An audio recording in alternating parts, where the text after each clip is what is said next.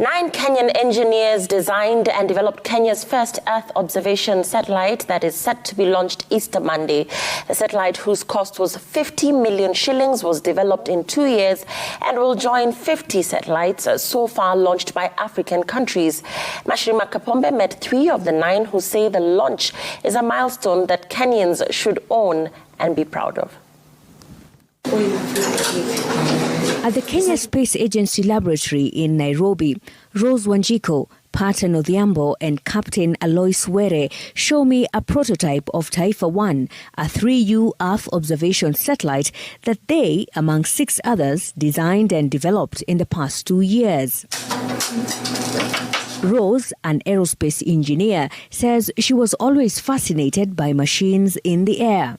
At first, I wanted to create the most safest aircraft. That's why I went into aviation. But her vision grew when she was recruited among 9 engineers to develop Kenya's first 3U nanosatellite. As the project lead, the challenge was more compelling than her childhood dreams. And so the first thing the team had to go through is to be able to understand the space environment. What temperatures are we going to be experiencing for the satellite? What occurrences can happen, even the time of where the sun is positioned. Patan Odhiambo, an electrical and electronics engineer, graduated from Jomo Kenyatta University in 2019. He joined the team a year later when the project began. My dad was a physics and chemistry teacher, and he used to operate a lot on our radios. So I fell in love early with capacitors and resistors. His job on the project was to make sure the satellite communicates effectively. My task is to basically design the radio link. There is something we call the link budget. How much power does the satellite have to transmit for it to be able to reach the ground station? In layman terms, so as the satellite takes images, it shouts to the ground station, hey, this is what I have seen. And now the ground station can be able to pick this up, and we take it up as human operators, and we can act on the same information. We all know that space finds application in virtually all aspects of human endeavor. If you are talking transportation, if you are talking TV and broadcasting, if you are talking broadband communications, navigation and positioning, weather forecasting. Captain Alois Were is a mechanical and structural engineer. He studied at the Technical University of Kenya and later matters space in Nigeria.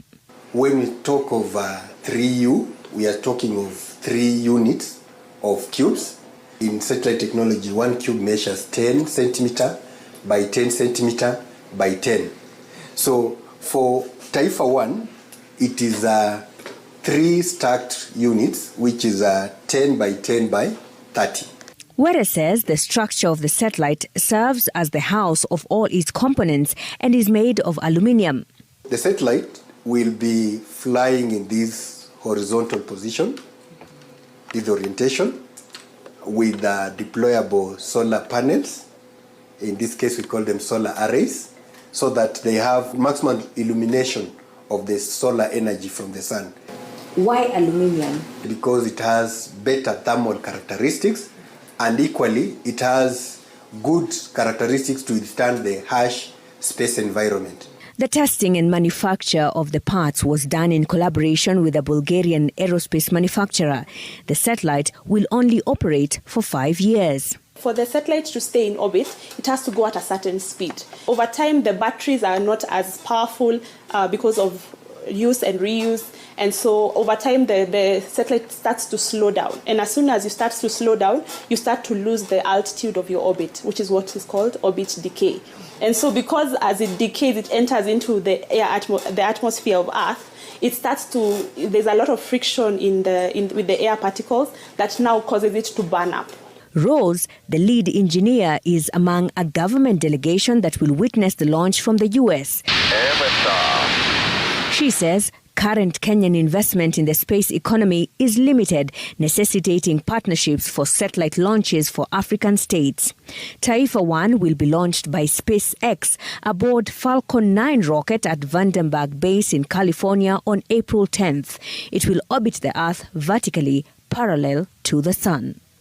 Taifa 1 is a first in the investment of a constellation of Earth observation satellites set to be launched over time as Kenya spurs its growth in satellite development capabilities and probably grow more engineers like Rose, Patton and Alois in Kenya's space economy. Mashirima Kapombe, Citizen TV, Nairobi. 9 Kenyan engineers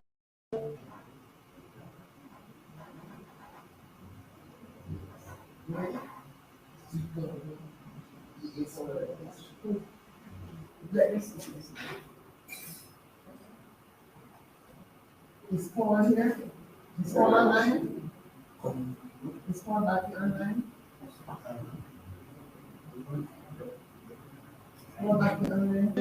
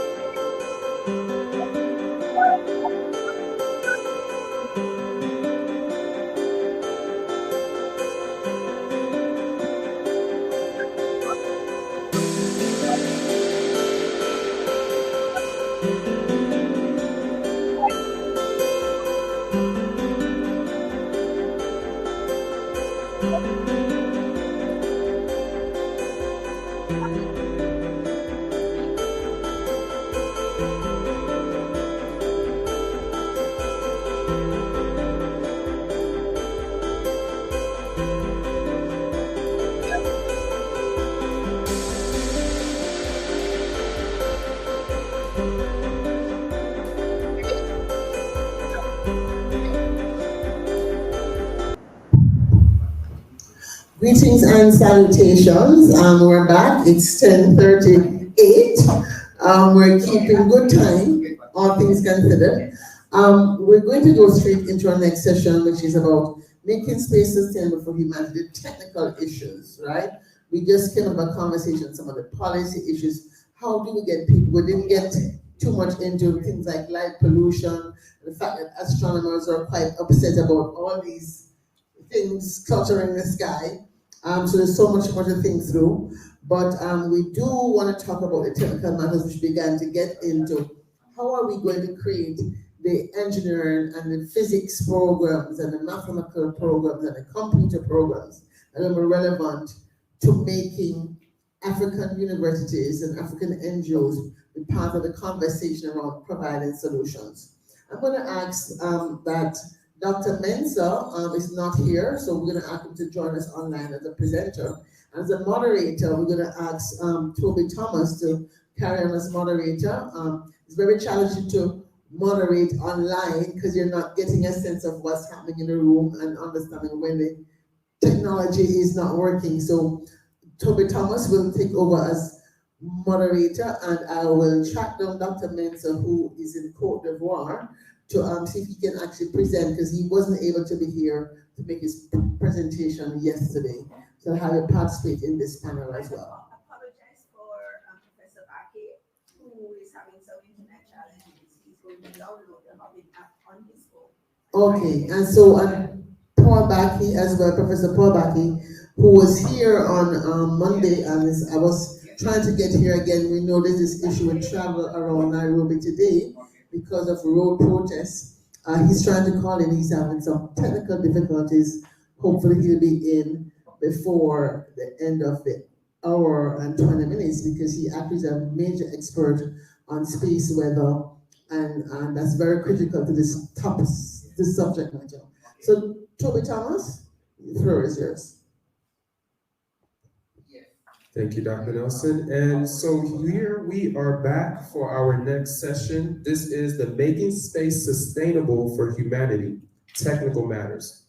So we'll be discussing issues and options for space sustainability, exploration, and settlement. So we have a few people backstage right now. I see Dr. Ideal, she's here. How you doing, Dr. Gonzalez? Good to see you again. So you will be our first person to present. Excuse me, and the floor will be yours. Thank you. Well, thank you, everyone. It's such an honor, and I'm hoping to have this more of a conversation, because thank you. When I was asked to speak on this, I have my notes here because I wanted to talk about what is considered a sustainable system, but the human factor. And as a molecular geneticist, developmental biologist, as well as an educator from K to undergraduate, what does it mean for a sustainable education, a sustainable space exploration, maintaining humanity? What does that look like? And having access is vital. So, one thing I want to stress is the education, the public outreach component of having the technical aspect of space access for all. What are you doing right now? It's kind of weird just being by myself. So, I'm hoping to have this as a conversation, Toby. That sounds great. Is that okay? That sounds Because good. being one of the only life scientists in this panel, I wanted to take into account the life behind it and what is considered life and what is needed in engineering to maintain life, and to go even further, to go even deeper, in order to create a sustainable community in being in space. What are we doing now for students when we expose them to science? Like for you, Toby, or for Dr. Nelson, what is your first experience or exposure to space, to science? It's a wonderful question. We also have Dr. Richard Doma here, and he's also going to join us with this discussion. So I'd like to go ahead and try to address your question. What was one of my exposure to space science? And I remember as a young child, it came through science fiction. It came through watching some popular shows at the time, such as The Magic School Bus or Star Trek. And those things really opened my perspective of, wow, there's something out there other than what we're sitting on the ground with. And I would try to look into the night sky. And it wasn't until I got to Hawaii and saw how clear the sky was that I was like, okay, this is real. And that's what caught me. Dr. Nelson? Let's see. We'll have Dr. Nelson chime in just in a moment, but I'll see Dr. Richard, do you have some things to chime in with that? Yes, I do. So what actually also attracted me into space activities was when I finished my first degree in Ghana in physics. Then I got the opportunity to go to Germany to do environmental physics. And during the program, my supervisor led the school to launch, it's called the GOAT satellite, to monitor the environment. That was the first satellite that was launched by the German, it was financed by the German Ministry of Education. And so we were all part of the celebration. It was a nice celebration. At that time, I had no knowledge in satellite and space activities, but we had the television stations, the radio stations, they all came into the school, and it was a very nice ceremony. And I said, no, I think I have to go into this area, and with advice from my supervisor and my other colleagues, I went into that area. Now I find myself here. Yes, and we have Dr. Nelson coming up now. I'm a Trekkie. I am a Trekkie. In Jamaica, when we had black and white TV and one channel, any of the Jamaicans online would remember those days. we had black and white TV and one channel, and our parents jealously guarded television. Star Trek came on a Sunday evening, I believe, right? So we're allowed to, and it came on fairly early, so you could watch it before your official bedtime. And then when I came to America to go to college, there were all these reruns at 3 o'clock and all kind of odd times. So in between classes, I would watch Star Trek. So I think I knew some episodes almost by heart at the time. So that's my first introduction to space. And now, what was your first opportunity to actually do science and your mentor? And this is where, when we're talking about the technical of how to get there, this is the nitty gritty. This is universally when I've talked to students from Kenya in the United States, because I have my story too, from Puerto Rico, which my culture and my family come from South America, from every point. There's the exposure and then the actual experience saying, yes, you can. And this is where I want to make sure that not only the access to create, but even to the point of language and mentorship. Because for me, my exposure was through a cockroach, through my surroundings, because we were displaced from Puerto Rico to the United States, to New York City, and my first exposure was through a cockroach, and the cockroach is what stimulated me into STEM. But there was no representation when I was growing up until much later, and then I had to fight for it. And I hear that in a lot of students, not only in the US, but everywhere else. So the action plan is, now that we are at a certain level in all of our careers, what are we doing now first in order to not only inspire, but to provide the resources for students to actually start participating in space science in all aspects of it, to the political, social issues, to the maintenance, to even like what Dr. Jha does when he actually deals with space environmentalism. So what can we do right now with every audience member there? What are you doing now to make sure the sustainable factor, the human factor for space exploration, how is it being maintained, and the enthusiasm, what are you doing now to the younger students? And what are some of the action plans? And I would like to hear about that. You know, Dr. Gonzalez, you bring up a really interesting point, and I think that technical aspect that you're speaking about, you know, personally, I can say for me, initially going into the academic world, saying, okay, this is the avenue I can really get into this, the first meetings really were kind of off-putting and protective because there were terminology and languages, and it was easy to associate it with, I'm not in this field unless I know XYZ words. And it wasn't until I came across educators that said, okay, the words come later. Let's explore the thing itself. Let's look at this tree. Let's look at this thing. And when I started to see, oh, I can understand aspects about it, or what these words are trying to describe, I can be a part of it. So that for me, that's what was some of the changing moments for me, when I realized that I didn't have to know the words and know that this, you know, you see what I'm trying to get at with that. Yeah, and then you go for it. Oh no, please respond. Oh, because this is where it leads in to what was spoke about in the previous session about the space traffic management, the space debris, who's in charge of it, who's holding everyone accountable, energy storage, human health and life support.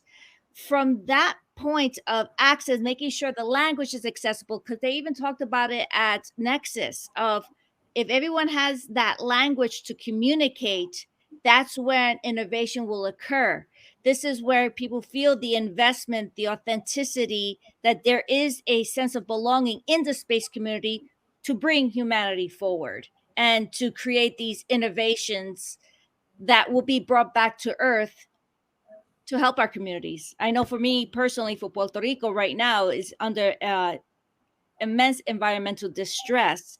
And I know through space technology and innovation and through collaboration, through the youth's eyes coming into it in this new era of space era that we're in, I know that this planet can be saved. Good morning, Dr. Adele. Is that how you pronounce it? I'm so sorry. How do you say your name? Adele. It's actually like Ideal Cards, Ideal. My mom was a hippie back in the day. Yeah, okay. All right. I'll call you Ideal. My name is Sohan. And you know something? I like the ideas, of course. Dr. Claire has also made it clear she's Trekkie. I was also Trekkie. I'm still is Trekkie in secretly, you know, in a way. But you know, there's a problem being a Trekkie in the sense that, you know, the mitochondrial DNA or mitochondrial DNA is affected badly, and it's not evolutionarily produced for adopting in space. How do you overcome that? And the second one is depositing of calcium in the bones. Both of these will be problematic. Just one second. But I just don't want us to follow a ghost dream, you know, sort of getting nowhere. And yeah. I hear you. You Yeah. could tell me I'm like right here. So I did mitochondrial studies. So you could look at some of my publication looking at mitochondrial research. I use nematodes, more in particular, Seniorobditis elegans, to look at human disorders. I actually looked at the mitochondria, looking at paternal inheritance, and also just recently, I have some of my worms be taken underwater for increased high pressure to see how they react. And the reason for that is to see how organic life forms that we have on this planet, the nematodes are, just think of them as water balloons with muscles and nerves that are comparable to human factor. And what we discovered, this is, you know, I'm actually writing the manuscript right now, is that there is a uh, a malformation of the animal's body. So I like the point of like, how can humans survive? Now let's get to the mitochondria. The purpose of the mitochondria is to maintain energy for all the components of life in our body, from cells to shooting out neurotransmitters to the point of speaking. And if we're not able to supply enough oxygen, also supply enough energy, sugar, into those muscles. That's why sport is so important. As well as, and this is now probably being a little controversial here, but also mental health and what we're eating, gut health, can actually make this possibility of space, of, I would say not space travel, but at least living in space for long term is possible. But now talking about bone, we're gonna lose bone unless there is a way to increase gravity while in microgravity to strengthen our bones, because if we don't use it, we lose it. And I saw that in nematodes as well. There's a paper by Dr. Fatma Kaplan that actually saw her nematodes kind of lose certain muscle because they weren't moving as much. They weren't fighting against gravity. I hope that answered your question. Yes, thank you. Thank you. And I think one thing that I would, if you don't mind, Dr. Gonzalez, for me to throw your way is this idea of the initial things that spark us into the field and then what sustains us in the field. And I think a lot of us express some type of, you know, science fiction or abstract thing that lured us into the space science field. But then when we're getting into what we're discussing now, the actual sustainability of actually exploring and doing things. So I guess my question to you is how have you found your way maneuvering the two? What inspires you and what sustains you in the field? Colleagues, mentorship, and knowing my worth.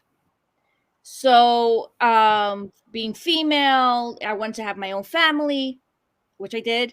Having individuals who saw, at least in the eye perspective, seeing my true interests, my talents in the field, and that they actually were lifting me up.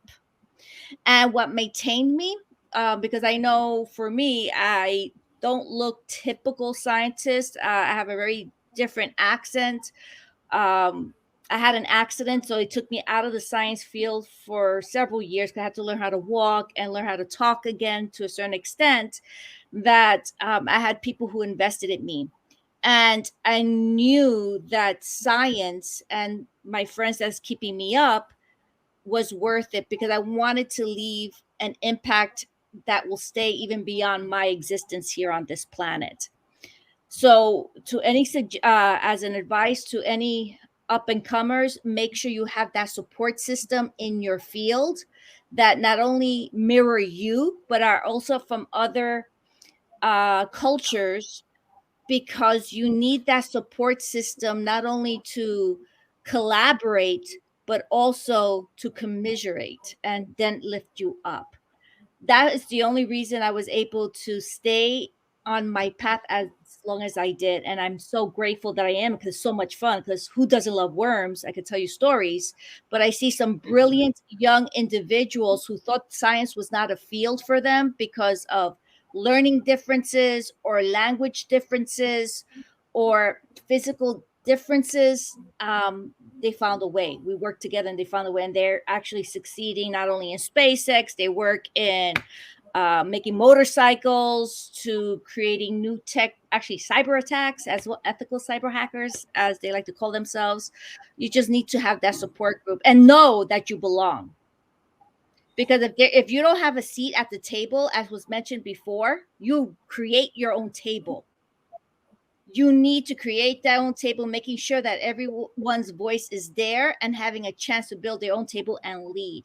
Because I think at this time, if you do not initiate the sense of belonging, not only for yourself, for your community, it would be very difficult to make progression and sustainability in space, habitation, and that will eventually come back to this planet. Thank you so much, Dr. Gonzalez, for those encouraging words, and they're very powerful. I know you're short on time with us. I don't know how much time you have left with us, but if we want to see if we have any questions from anybody for Dr. Ideal, to see if you want to continue on with the conversation for a little bit of time that we have with her before she has to go out. So we have a couple. Yeah, I have to 1:30 in my time, AM. Nice.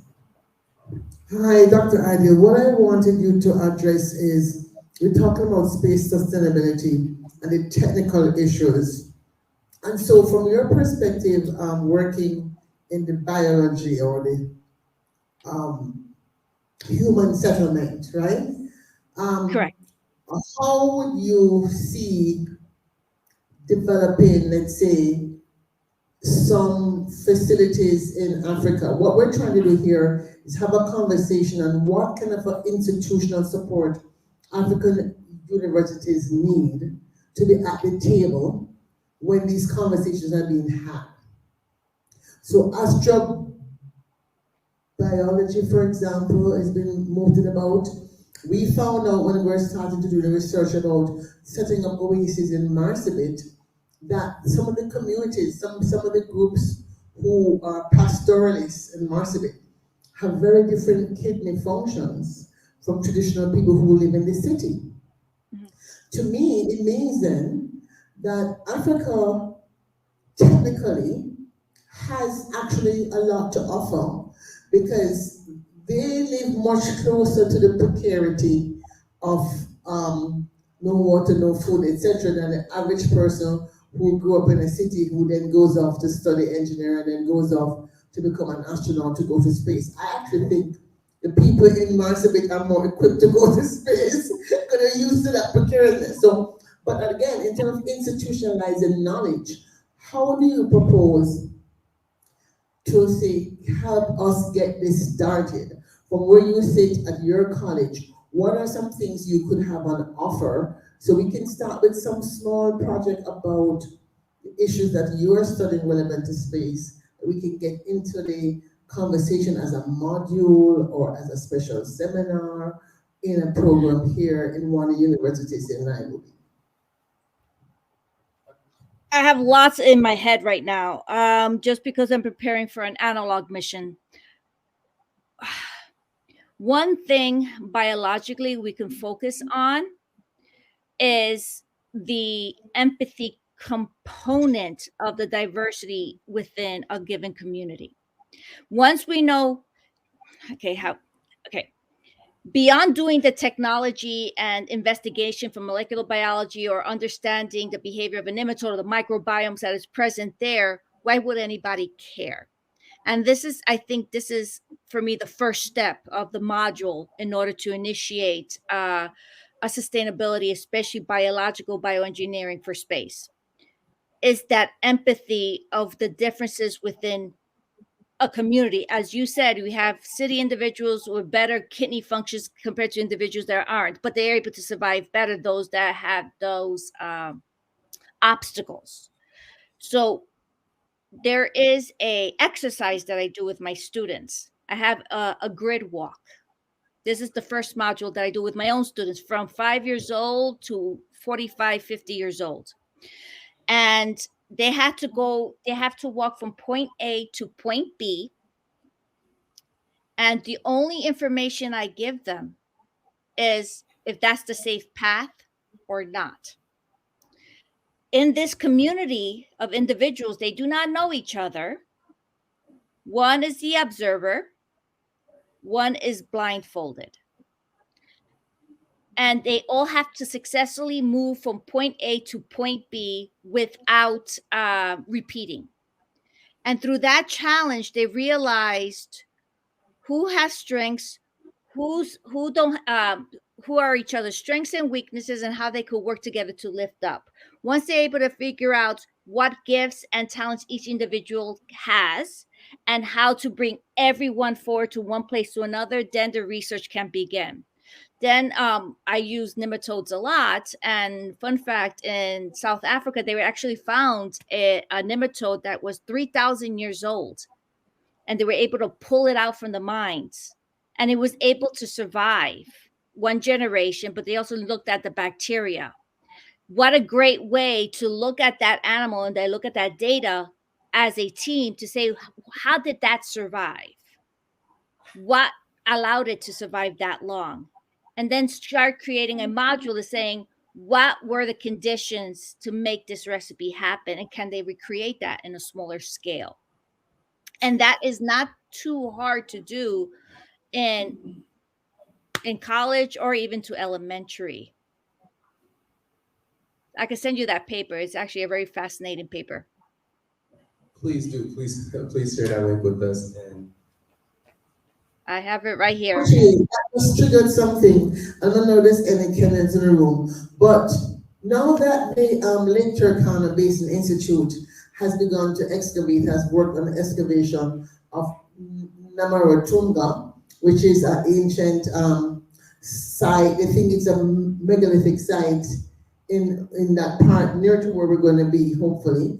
I'm wondering, how can we get the more, let's say, agile schools in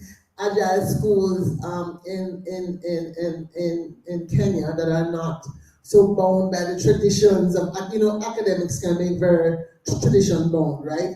So maybe it have to be one of the private schools that have more agility to do things. But as you said that, I'm wondering if this might be an easy, fairly simple way to get this conversation started, because we have this fantastic opportunity to look at this megalithic site that the ancient Kushites studied the stars. According to Lake Turkana researchers, the stones are lined up to look at maybe 17 star systems. That's huge.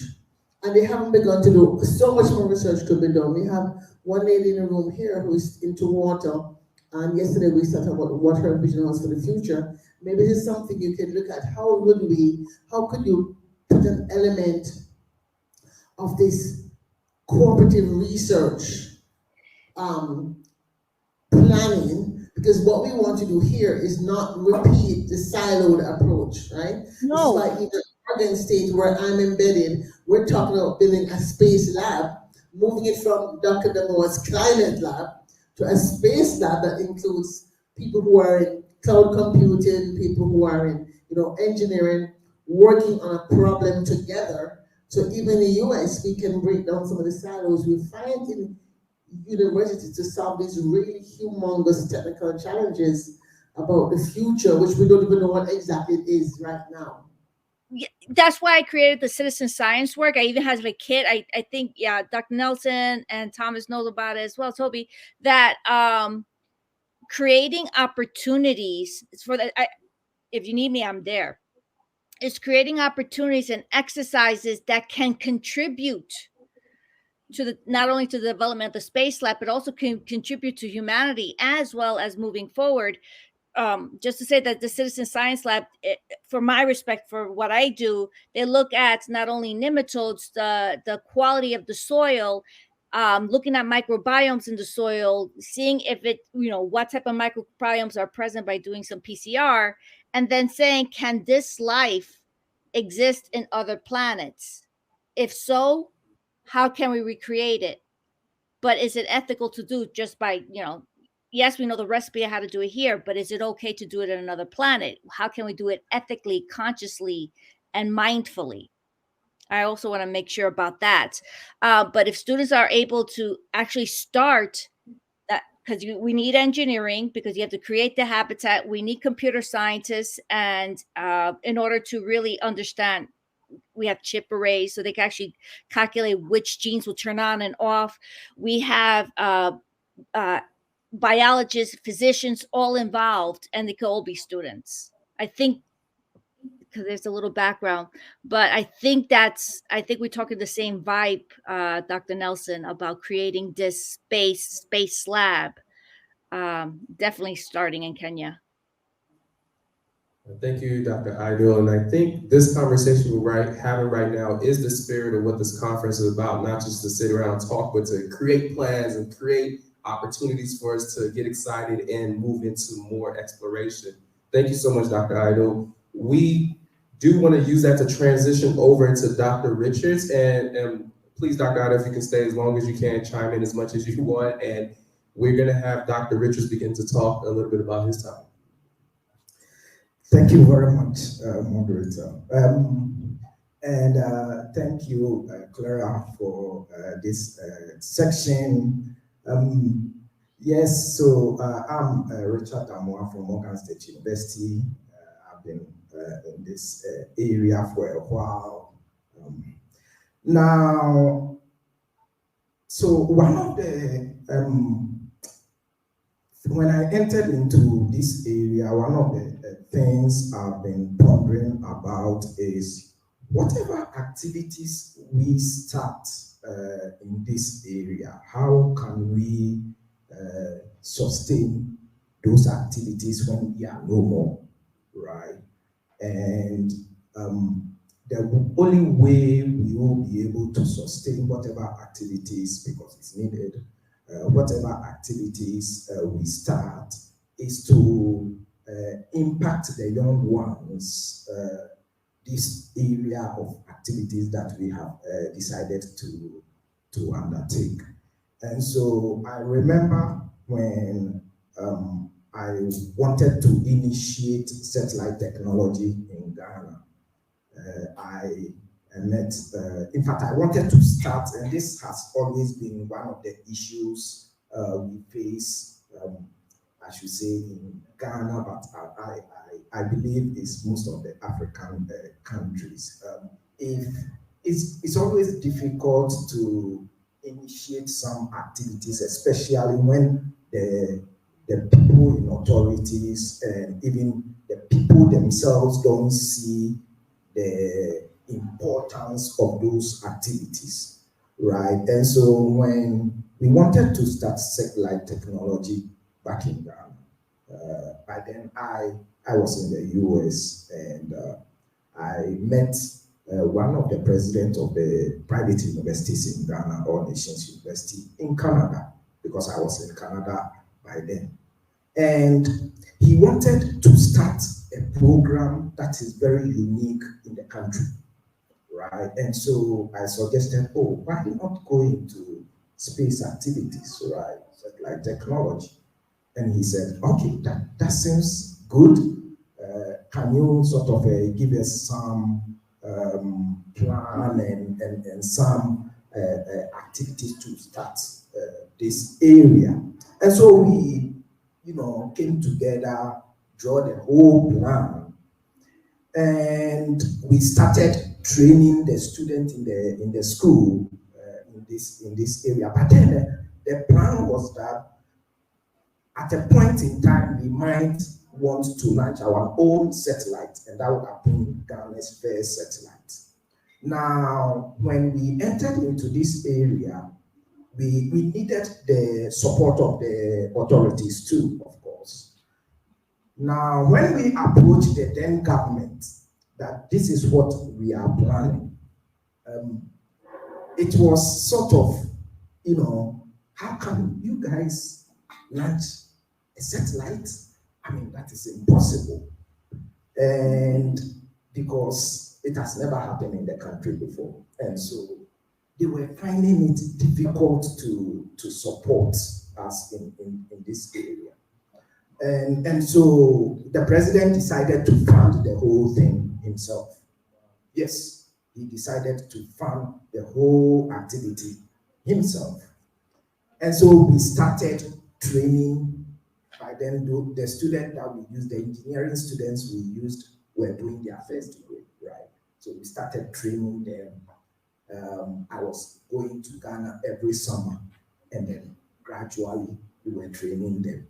The president was so much into it that at a point he had to seek for funds to continue the activity. And then, so we started building ground station that would be able to communicate with the satellite if we should launch our first satellite. And we built a station, which took us about 2.5 years. And then after that, we said we were going to start building our own first satellite to launch. Now, so we started, and it took the students about 3 years to come up with a satellite and launch, which became Ghana's first satellite to be launched in 2017. Wow.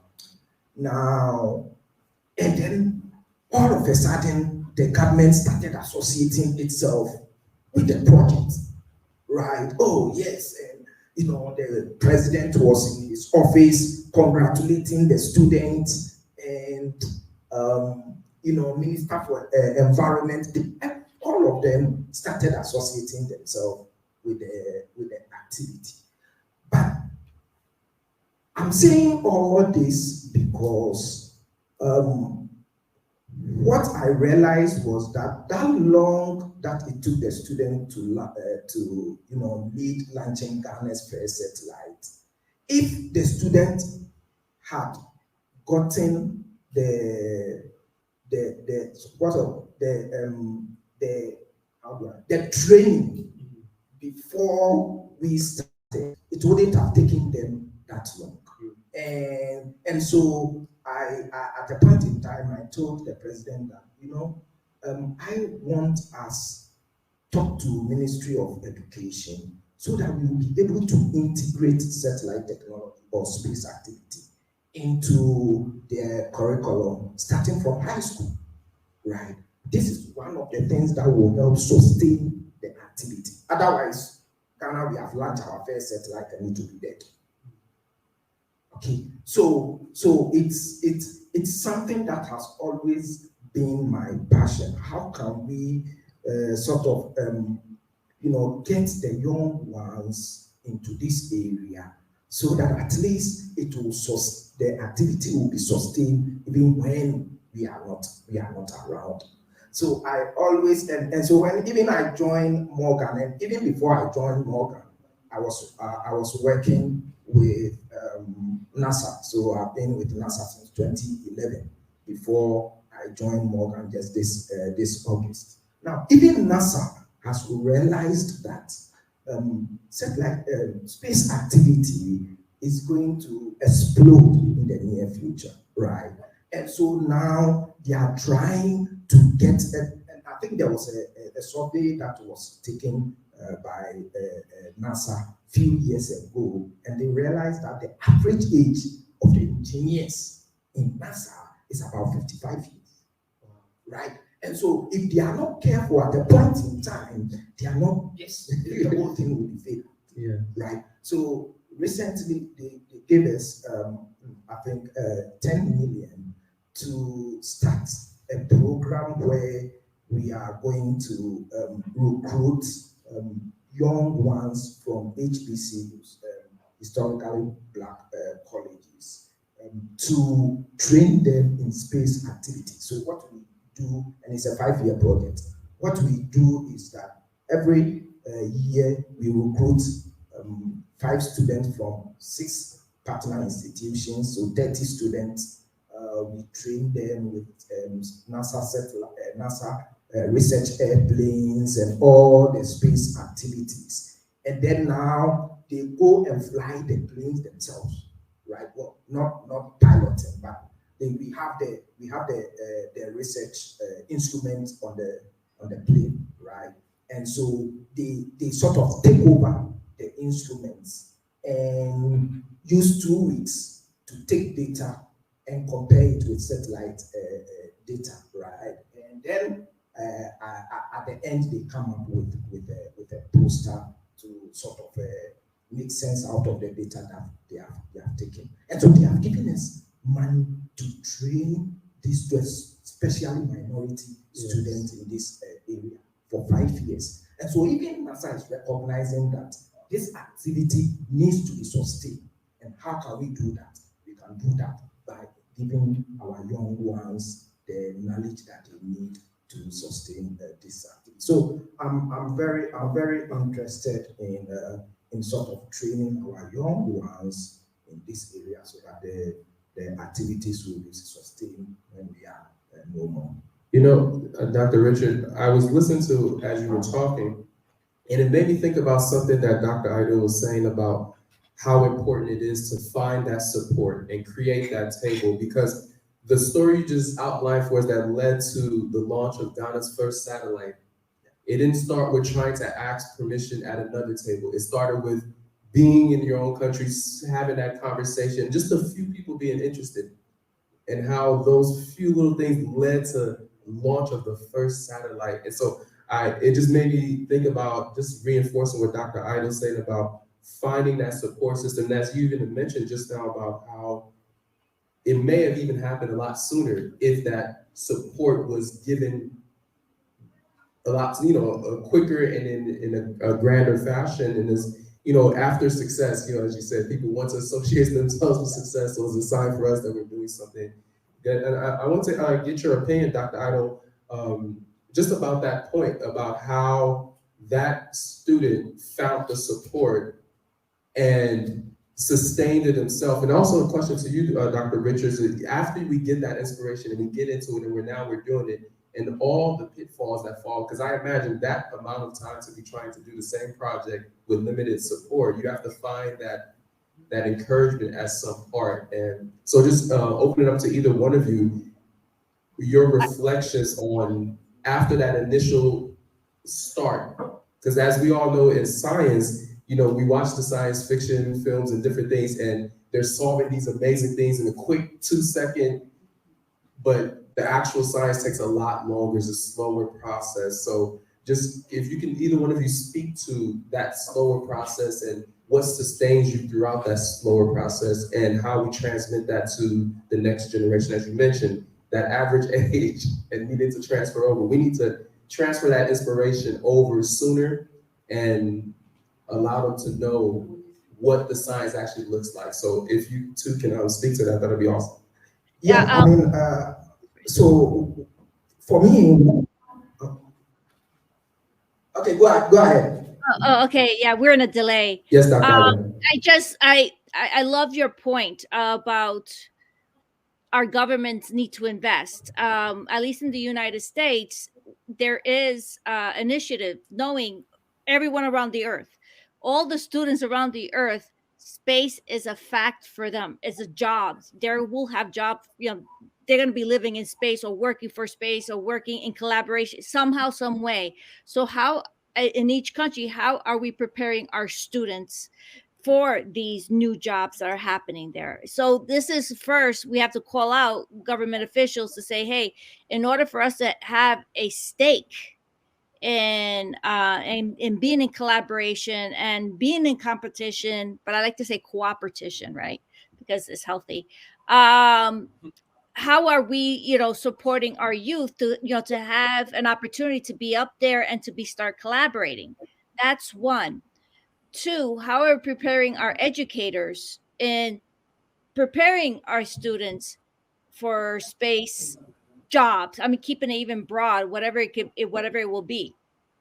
Two, three, how are we maintaining our humanity and making sure everybody has that sense of belonging, and that all cultures from this planet have that, be at that table, or need to build their own table.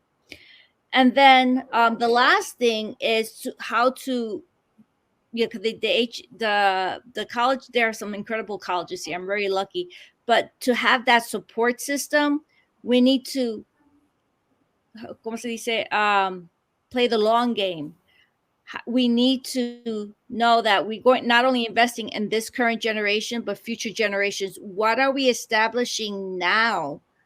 So I put in some opportunities as an action plan. There's citizen science work. They could participate now, but what are we, what are the action plans are being now? What are the foundations being set right now, not only by our government, but what we're doing right now in order to sustain, not only recruit, but sustain these students in STEM and space exploration?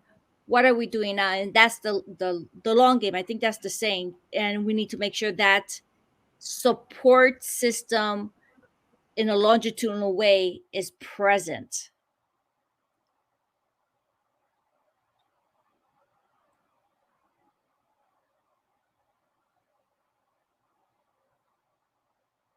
Oh, did I pause?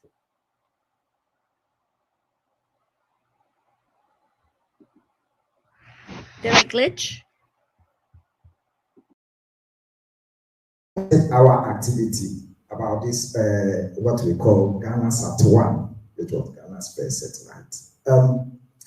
I remember after our lunch, I got a call because I was leading the project. If you give me just Dr. Ido, yeah, you did glitch a bit, and so we continued the conversation. Please feel free to chime in. And also, Dr. Paul, I believe you are in the backstage, and we're going to get to you soon, but please continue the conversation.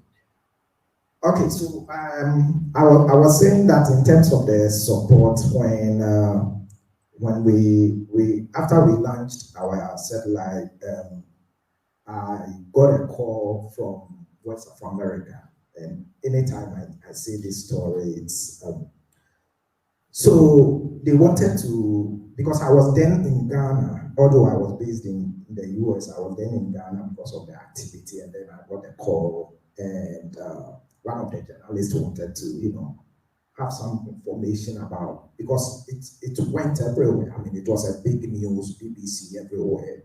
So they called and they wanted to, get some information of the newly launched satellite by Ghana. And this journalist just started and was like, oh, can you have some few interviews with us? I said, yes. And then we started. And his first question was, so why did you guys decided to enter into space activities or satellite technology when people in your country don't even have food to eat? And I was shocked by that question, right? And I paused a little bit and then remembered when we started the activity, when we even approached our government, the government was even making a similar statement.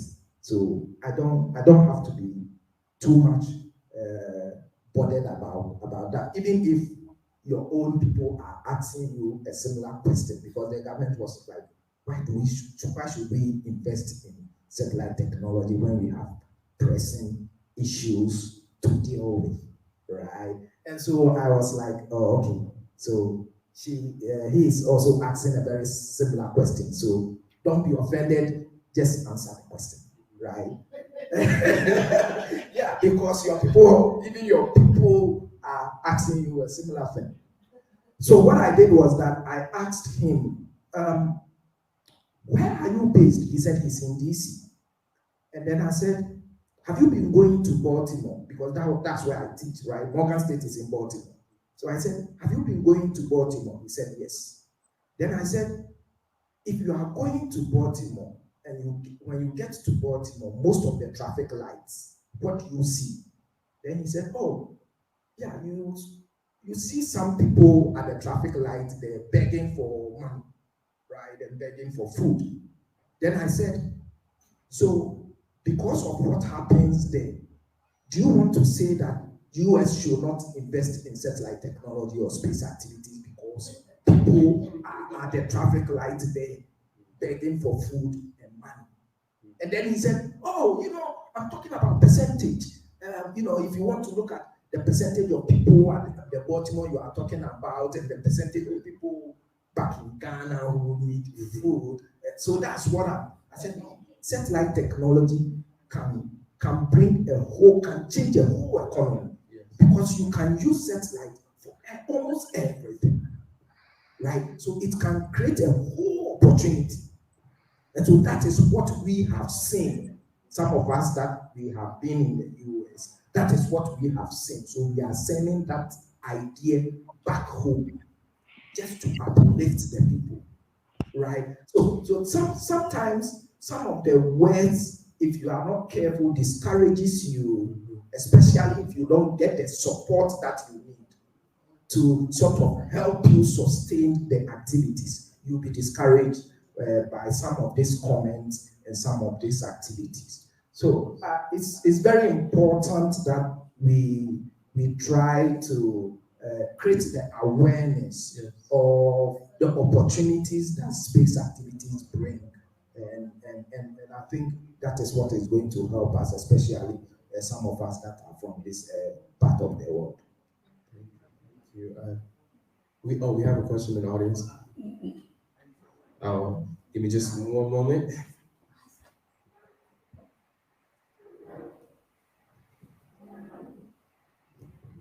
Thank you very much. Actually, it's not a question. I'm just following up from what Dr. Richard is saying. I think I kind of said it yesterday, and I probably said it this morning too. That was the biggest question actually in the UK when India put the satellite around or on Mars. And it was on all radio stations, all TV stations, people were saying, how come you guys are putting satellites on a distant planet and yet your people are dying on the streets? Now, I pondered on that question for a long time, to be quite honest. All sorts of outrage was expressed by some people that people are dying. Others say, well, we're doing it because of this reason or that reason. But in short, not to take too much of time, because I know Paul is waiting somewhere. All I want to add, it has to be done. And it's the mindset of the people that ask the question. They should have asked it in a positive sense. That question is in a negative sense. That it should have been like, what you on your back and well done. Next. It should have been on that line of reasoning, not from a negative sense. And I came to eventually that conclusion. Thanks. Dr. Ido, I just saw you mention something about the important role of educators to help the students to see how they can make that contribution through medicine and helping them to see, because isn't that part of our roles as educators, to help the students see how they are connected to it instead of just turning it into they have to explore by themselves and discover by themselves. And we have Before we get to Dr. Paul that's on the line, we are setting him up, but we have a few more comments in.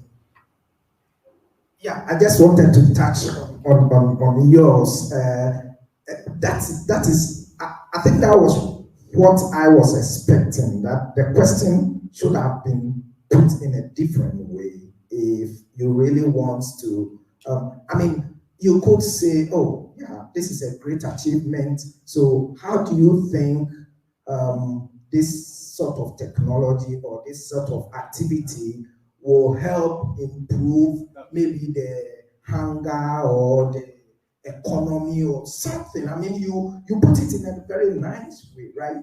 But you go straight and you say, you know, that creates a whole different impression about the way you are, you know, you are asking the question or the way you are thinking. So I think sometimes maybe that wasn't what he meant, but the way he put the question created a different impression for me myself. Thank you. Oh, we have another question in the audience, and then we will continue.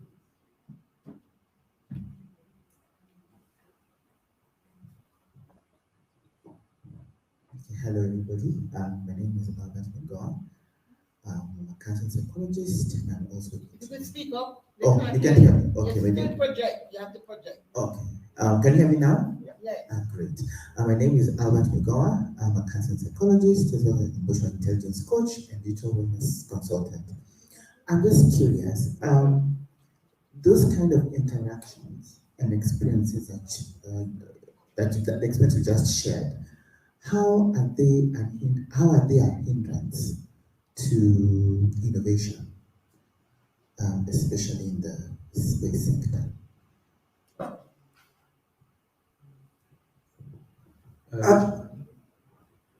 Yes, I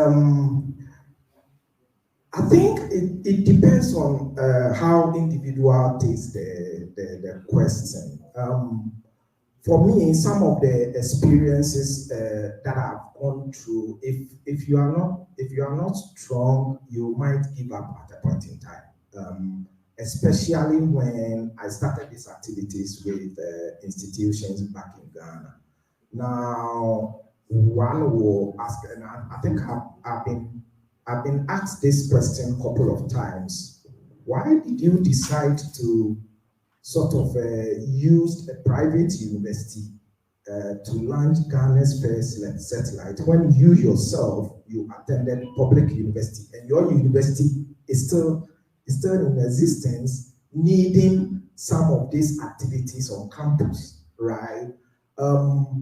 But I first started with public universities trying to bring these activities back in Ghana. And she's laughing because she knows the story. No, my story. But the experience you get and the bureaucracy that we experience is when we go with this public universities. If you are not careful, you just give up at a point in time. I think.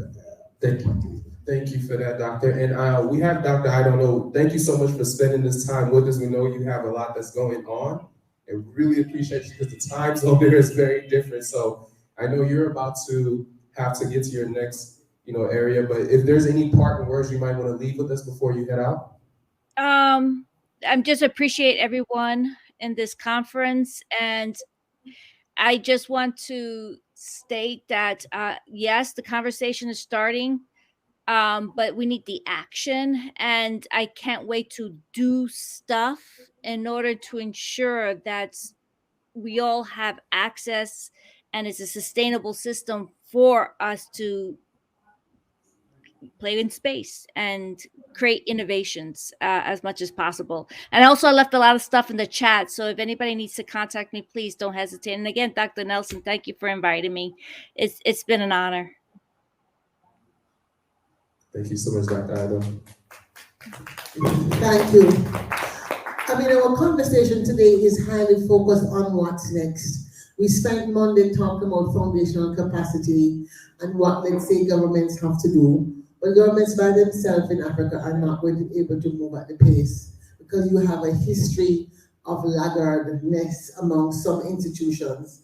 And I have to say, for me, looking at when Kenya 2030 was born and Jamaica 2030 was born at the same time, I was very impressed by what Kenya was doing. And said if Jamaica could even do half of what Kenya was doing, I'm not sure where it is right now, but certainly at least the Kenyans had like a council you could find who was in charge of what. And I kept on asking the Jamaican government, where is the information for the public to know? Because when you go in a taxi, you ask about the vision statement of the country for getting, education or healthcare, etc. And the taxi drivers basically kiss their teeth, as a Jamaican, kiss their teeth and say, government business that, then it's not going to be a good thing. So I'm saying this to say, status quo institutions often have a hard time in moving the needle at the pace it needs to move. And so often we have to start with the private, hungry, lean and mean schools to get stuff done. Thank you, Dr. Nelson. And we actually have Dr. Paul on the line right now. He can't use his phone because he has to be in touch with China and he's calling a night phone. It's a different phone. Oh, it's a different phone? Yes. Okay. So we're going to start to set up for Dr. Paul and have him join. Okay. Okay.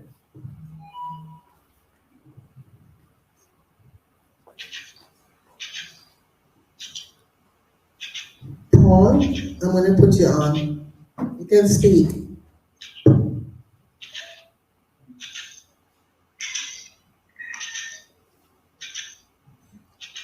Paul? Yes. Okay. Speak, please. Yes, we can hear you.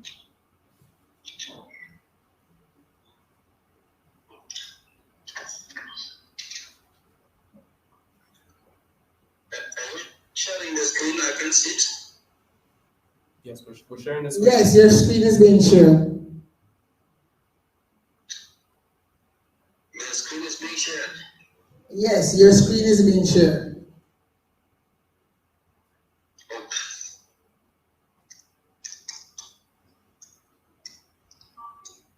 Alright, let me see if I am able to get it here.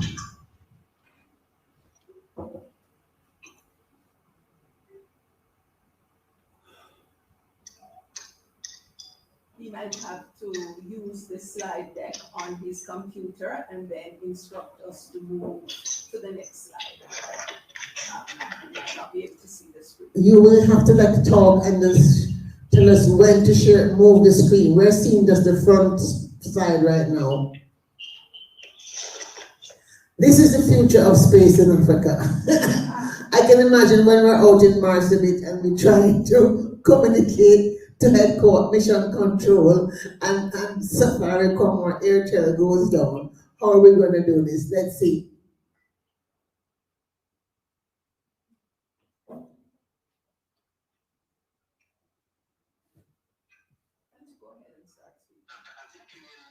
To log me out first, and then I try to get my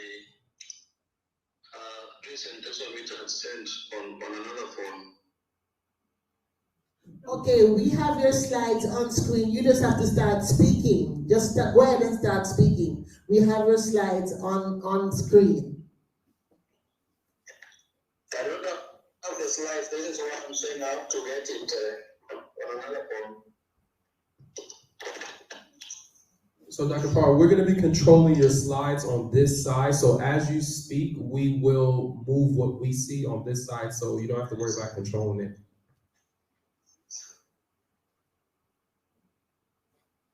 He just needs to access his slide deck on another device, maybe his computer, and then work with that.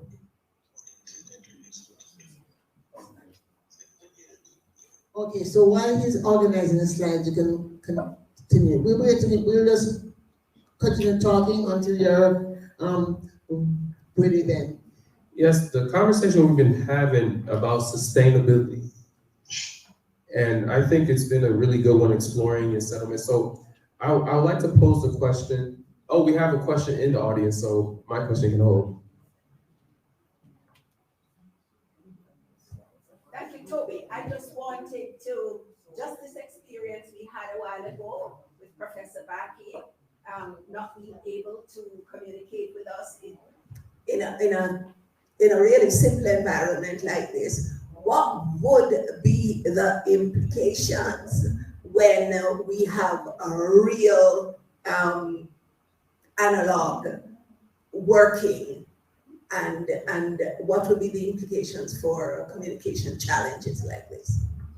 That's a really great question. And in the real analog, if we were to have such communication challenges, one, we have to assess what we're trying to communicate. So if it's like a medical emergency, at that point, we would have to already have backup procedures already intact about in case communications go down. And what would be those backup procedures? So some of them will, in a lot of analogs, will have manuals, just as any space, if you're actually out of space, you'll have manuals that you can research yourself to see, okay, if the comms go down, here's a checklist to do to see how to turn that communication back on. If that communication doesn't work, what other backup communications options do we have? And it's, case by case.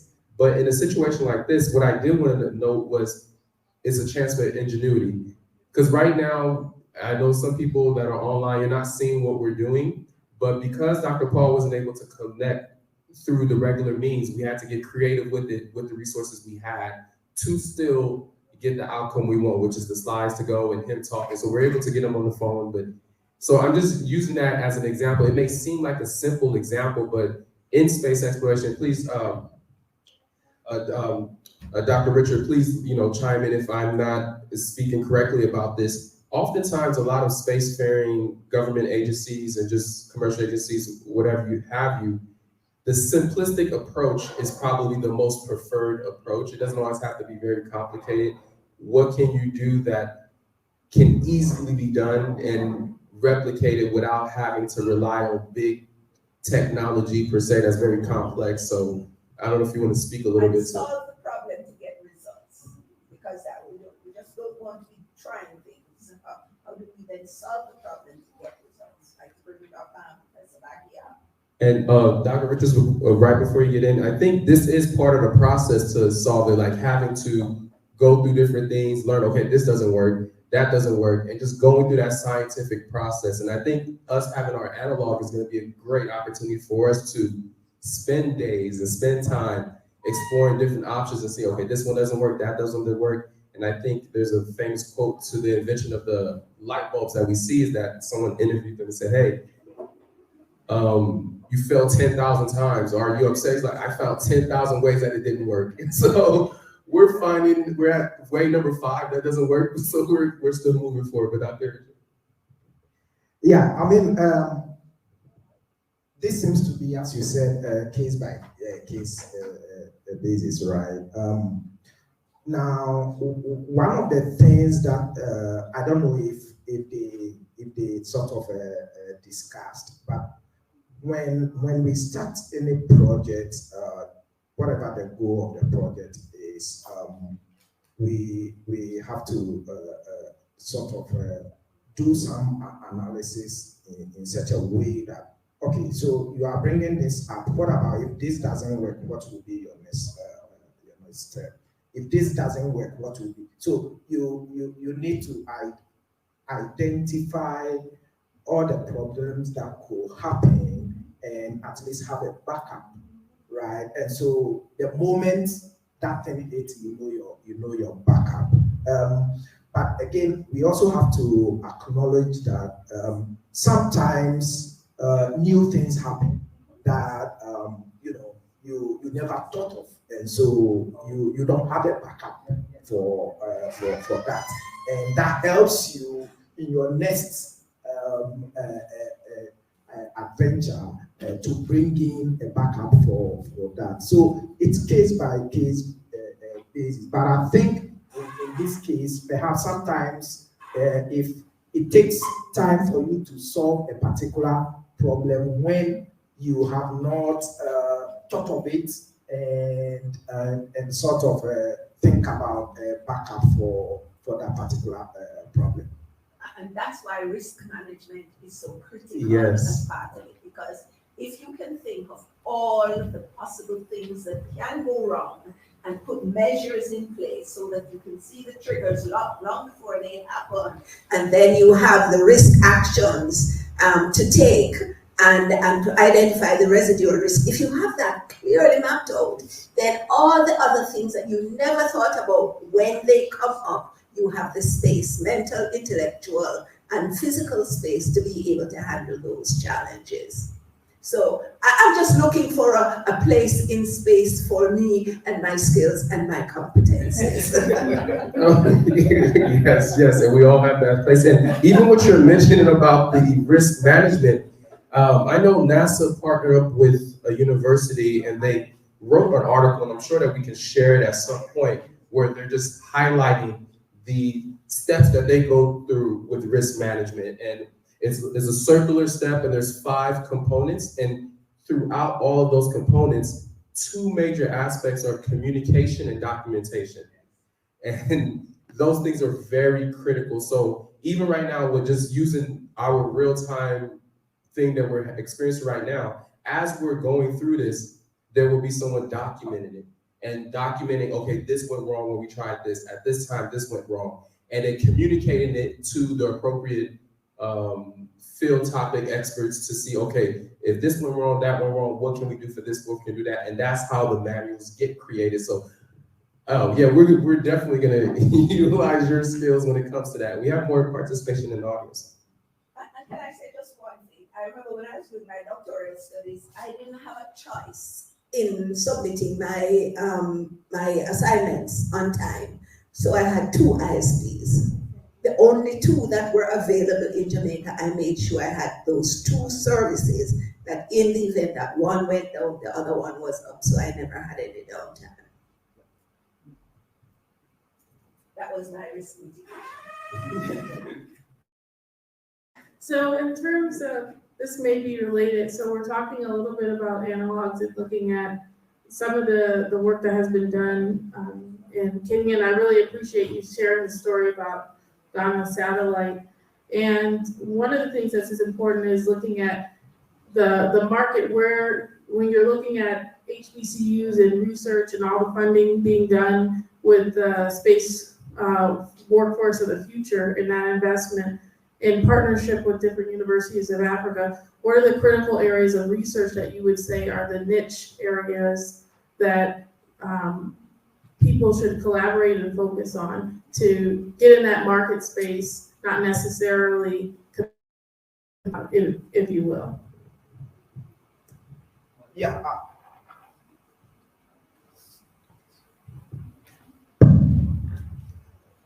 Yeah, I mean, for instance, back at Morgan State, one of the activities that we have started there is the rocketry program. So now we are sort of that area of aerospace. We are sort of trying to teach the students how to design, build, and launch rockets, right? So that's the first step we are starting now, and then we move to the next step. But is in the area of aerospace and space activities, this is what especially Morgan State is collaborating with a lot of institutions in Africa. So for instance, there is a program where Morgan brings in students from the US. They come to Ghana and then come and work with the Ghanaian students on satellite design. So we have this second project where this time it's not only Ghana, but 8 West African countries have come together, and it's led by the institution in Ghana, which is the institution that launched Ghana's first satellite, and it's called AFCONSAT. African Constellation Satellite. Now, this is a program where all the 8 West African countries, we want to launch a satellite. Each country builds and then we launch the Constellation Satellite together. So it's one project where we are bringing partners from the US to collaborate with partners in Ghana to work, or the other West African countries to work on this project. So there are a couple of avenues where institutions from the US and the West can collaborate with institutions in Africa to work together. Hello, Paul. Paul, we're ready now. I'm turning on the mic now. Please bring your slides up. Okay, we're going to bring your slides up. And once your slides are up, I'm going to put the mic to the phone. And you can, all right, your slides are up. You can start. Hold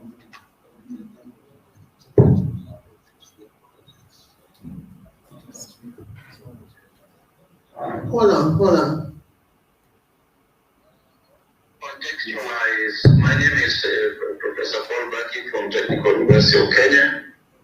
My area is really in astronomy and also in space physics.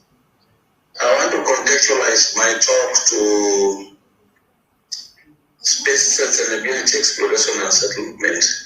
And really I want to look at the subject matter, which is space analog. And I want to look at this in the context of what it can do for Africa.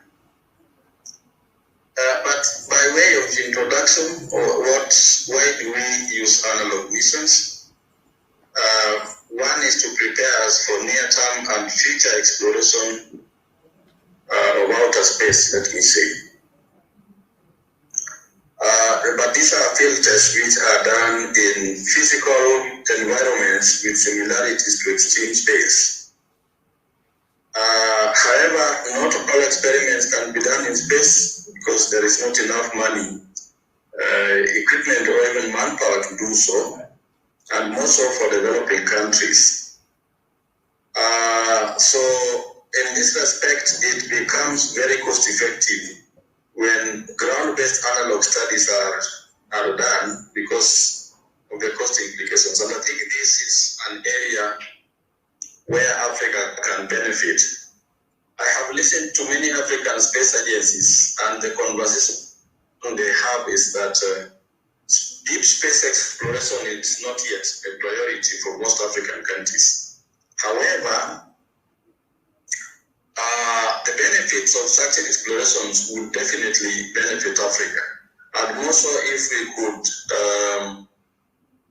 contextualize studies carried out there and be brought back to Earth to address issues of manufacturing, issues of further technology development, and so on and so forth. Now, what are the issues in Africa? Africa has its Vision Agenda 2063, and some of the selected goals of this agenda I've selected very few indeed, there's 20. One is a high standard of living, quality of life and well-being for all citizens, well-educated citizens and skills revolution underpinned by science, technology and innovation, and then of course transformed economies. Now, the corresponding priorities to these three areas that I have alluded to include incomes, jobs and decent work, that is for high standard of living. For education, it is education and STI, skills-driven revolution, and for transformed economies, STI-driven manufacturing, industrialization and value addition. How could space contribute to some of those? And I wanted to look at some of the analog issues that I think would be very useful to us. Let me start with the Human Space Technology Initiative. There was such a project by UNOSA. I think it is still there. The first lot that that received the cleanostats to carry out experiments in Earth-based laboratories, I was one of the beneficiaries of that project. And I must say that simulation of space environment by creating conditions similar to those ones in outer space is something that is doable. We were able to do these things. In my case, we were germinating some seeds and watching how plants grow under near zero gravity and of course under the normal conditions, and we could tell the difference in terms of this. Now, human space technology can also enable production of superior industrial products such as medicines, industrial enzymes, etc. In other words, products developed under outer space environment but contextualized to our labs can actually help us get improvement on the quality of our products, the goods that we produce and so on. And that will therefore facilitate manufacturing, which will eventually therefore create jobs and so on and so forth. It also enables a study of certain physiological processes, of course, growth of plants and other animals, etc., even bacteria and so on. The beauty of this is that you develop the prototype, and then of course the externals of it is that it will find its way into large-scale manufacturing industries.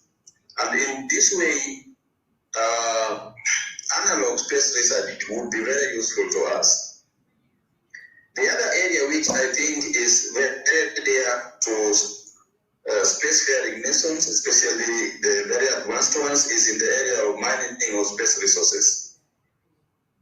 As much as Africa, I have said, does not have resources to go directly into mining of space resources, we could still simulate the conditions out there and be able to develop tools, even if they are for experimentation, which would give us an edge in terms of contributing to development of certain components of machines that would be used to do this kind of mining, whether it's on the moon or whether it is on some asteroids, and so on and so forth. Now, we have an opportunity here to engage our students in building of robots and try to see if we can create near zero conditions, gravity conditions in the laboratory to see how these robots would be able to operate under those conditions. If this is successful, we have an opportunity therefore to contribute to mining of space resources without necessarily having to incur loss of financial investments. Then I want to move on to protecting our own infrastructures by simulating conditions and in fact using modeling to study the space environment. And the subject matter here is space weather. We know that we have certain infrastructures like power grid, we have electric rail lines, we have, of course, the aviation industry, we have oil pipelines and so on and so forth. In order to protect these from adverse effects of space weather, there is always need for us to be able to put in place mitigation measures to be able to protect our own infrastructures from the effects of advanced space weather. I think this way we will be bringing back to the ground technologies that will help us really to address local challenges, because in Africa I think we have issues to do with energy. And so if we protect the power grids and minimize losses arising from geomagnetically induced currents, especially those that affect transformers, then we would be really saving on risks and huge expenditures on the replacement of such transformers. And I think the many other communication infrastructures normally would also be affected by space weather. If we are able to bring it down to Earth, these technologies will not only be enhancing education, but we will also be protecting our economies. And in that manner, we will be making our economies perform better than if we did not factor in the effects of external influences coming from space. Therefore, in a nutshell, I would say that if we embrace analog technologies, of course, we shall be able to create jobs for our people. We shall be able to protect our infrastructures, and of course, we shall be able to enhance science, technology, and innovation ecosystem in Africa. I think I want to stop there, and I really want to thank everyone for listening. I apologize once again for failure in technology. Thank you very much. Thank you very much, Professor Baki. And I think some of the things you mentioned were very critical, and it kind of connects back to our previous conversation with Dr. Idle and also Dr. Richard. When you mentioned analogs and the impact it can have on education, we had a speaker yesterday, Engineer Hamir, and he was speaking about moving from the theoretical to the practical, the hands-on doing. And if we're trying to motivate our students to get more into the space sciences and see how it's relevant, having an analog where they can go in and manipulate equipment and test things would really help. So can you kind of elaborate, Professor Baki, a little bit more about the role that analogs will play in inspiring our students and next generation of space explorers? Yes, thank you for that question. Really, the way to go for us and what really inspires most of our students are hands-on projects. If I want to imagine that when the team eventually moves to the northern part of Kenya and Marsabit, they are going to set up base and experimentation that will help not only our students to simulate, but everybody else from across Africa to simulate the space environment.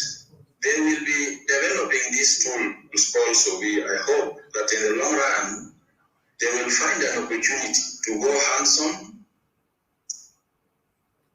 experiment with what is existing, but beyond that, they should be able to think through ways of also creating or developing other tools, which will enable us to advance also our knowledge, but also inculcate the culture of innovation amongst the youth, especially in this country.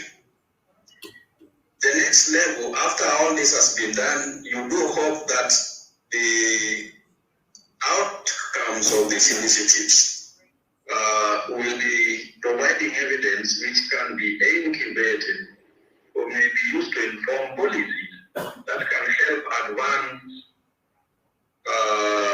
analog initiatives, not only in Kenya, but probably also across the continent. If this is done in a structured manner, it is my expectation that we will even be able to begin to develop domestic industries with capabilities that probably will grow from strength to strength and eventually help us also to get into manufacturing. That would be my take on your question. Thank you for that, Professor Baki. Yes, thank you so much, Professor Baki. First of all, I just want to make a comment about what just happened and why is that important. So we have a situation where Professor Baki was unable to sign on, but he had prepared his slides. He wasn't able to get here because of the situation. And we could have said, okay, he can't be on Hopin, that's a platform of choice. But the engineer mind said, well, I can call him, I have a phone that's still working. Oh, but at least I get someone else's phone too. It's his wife's phone. And then so we made it work.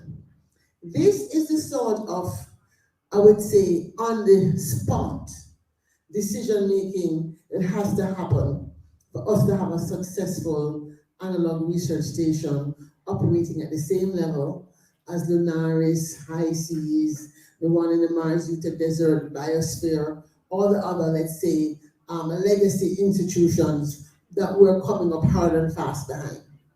However, from the perspective of a Caribbean person as a sprinter, I always see the journey I'm setting off as a series of sprints. Kenyans are long distance, right? So they're doing us more slow and steady race. And I'm sure some people said, who is this person that just sprinted into Nairobi in February and then sprinted back here in July? And why did I not wait a whole year to plan this thing? And we don't have time. We literally don't have time. Every day, and Dr. Damoa can attest, because he's running up and down around the world doing seminars here, marine sciences. Next minute he's talking about healthcare and satellites. I mean, he covers the whole gamut, right?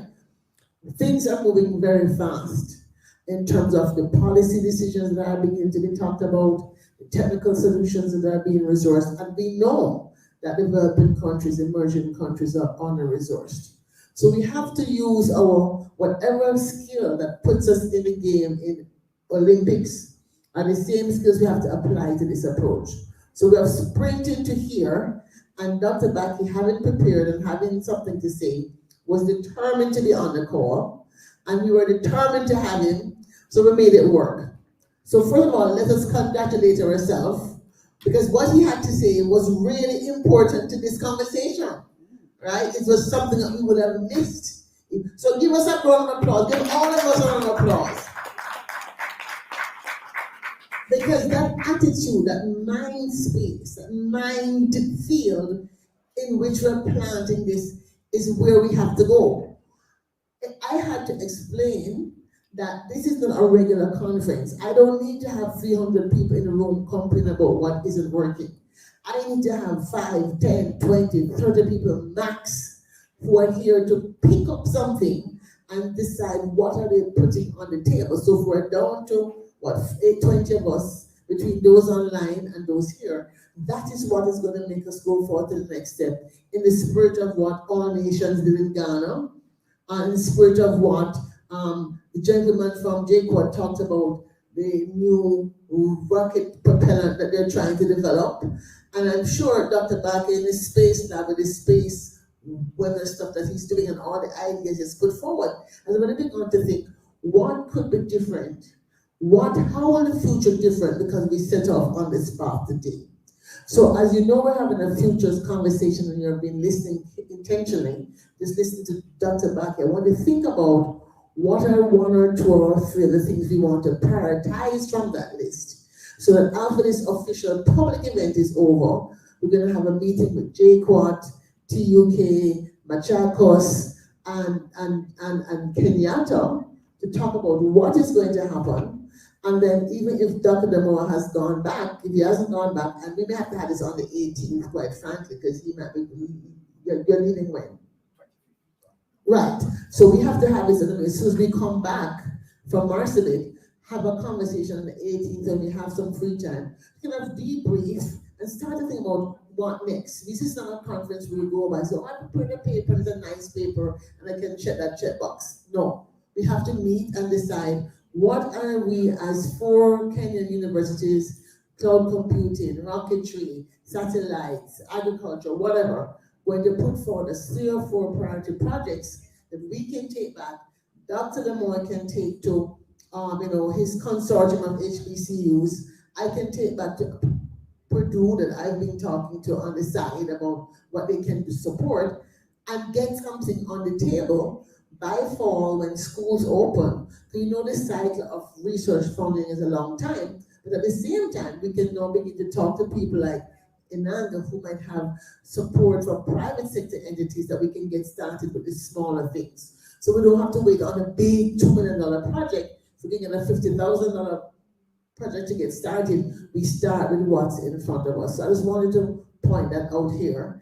And before we take in the last question, but I just wanted to stop and mention that this sort of the space in which we're working, the creative space in which we're working, I am just so pleased with what just happened emotionally.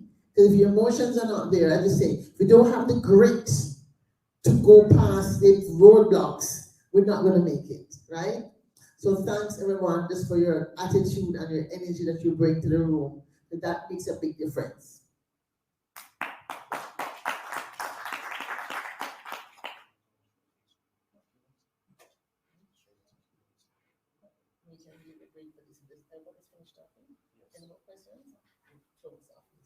Okay, so thank you for that session. Very informative session, very inspirational session. And we're gonna take a pause right now. And then when we come back, we'll move into our next aspect with the keynote and armchair chat.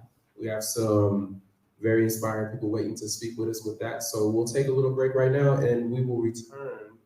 In fact, 5 minutes hopefully.